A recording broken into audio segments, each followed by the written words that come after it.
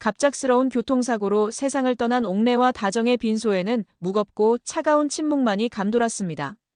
믿기지 않는 비보를 접한 가족들은 현실을 부정하듯 멍하니 앉아있거나 터져나오는 울음을 삼키느라 어깨를 들썩였습니다.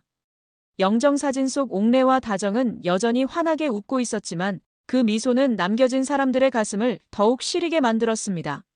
상주 완장을 찬 지역은 붉게 충혈된 눈으로 조문객들을 맞이했습니다. 그의 곁에는 은호가 그림자처럼 머물며 혹시라도 지역이 쓰러지지 않을까 걱정스러운 눈빛으로 그를 지키고 있었습니다. 은호는 이 모든 불행이 마치 자신 때문에 벌어진 일인 것만 같아 죄책감에 고개를 들 수 없었지만 지금은 지역의 곁을 지키는 것이 자신이 할 수 있는 유일한 위로임을 알기에 자리를 떠나지 않았습니다. 밤이 깊어지고 조문객들의 발길이 뜸해질 무렵 한 중년의 남성이 빈소를 찾았습니다. 그는 지역에게 정중히 절을 올린 뒤 조용히 지역을 불렀습니다. 남성은 품 안에서 하얀 봉투 하나를 꺼내 지역에게 건넸습니다.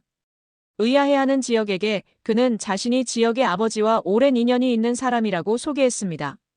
그리고 지역이 평생 모르고 있었던 아버지의 이야기를 꺼내기 시작했습니다.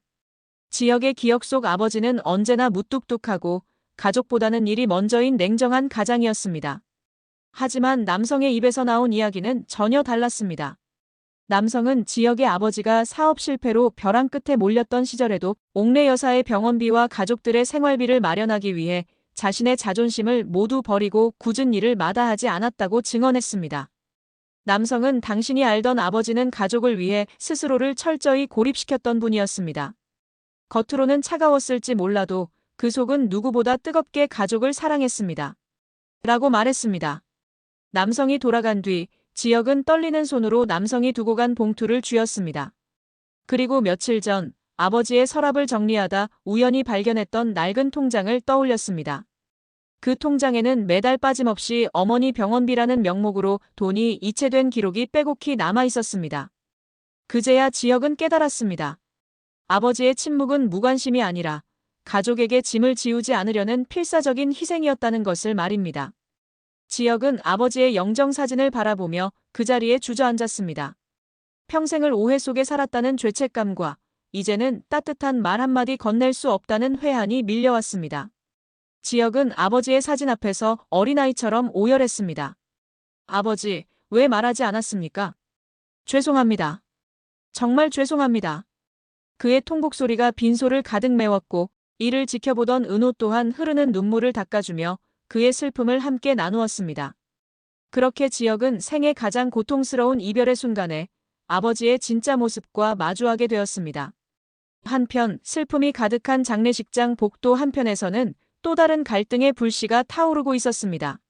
성희가 화려한 검은 정장을 입고 빈소를 찾아온 것입니다.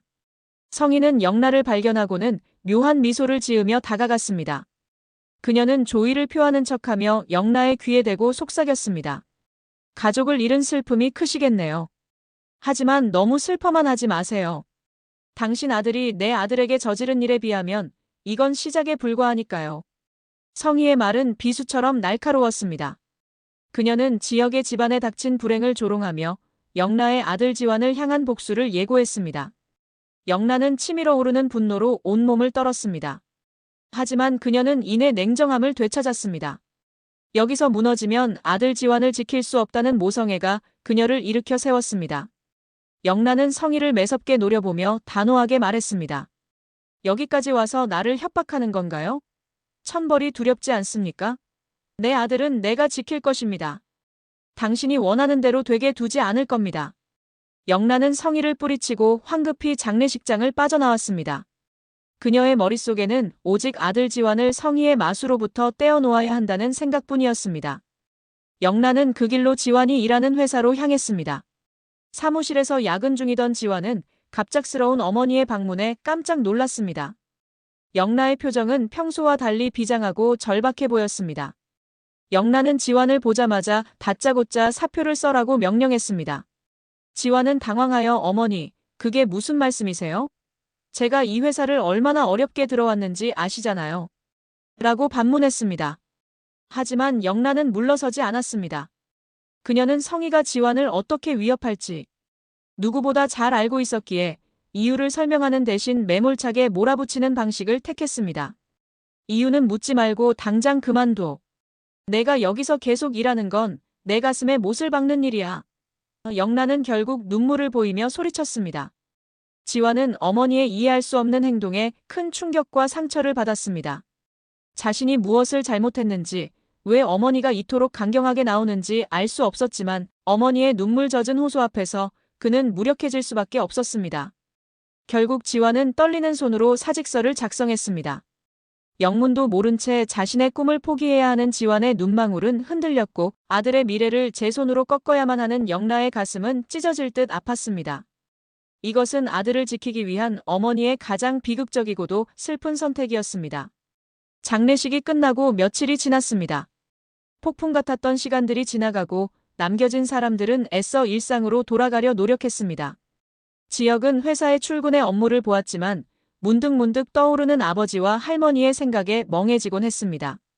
하지만 그는 무너지지 않았습니다.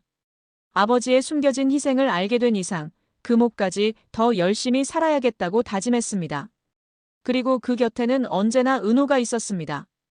은호는 지혁이 식사를 거르지 않도록 챙기고 그의 텅 빈 마음을 따뜻한 온기로 채워주었습니다.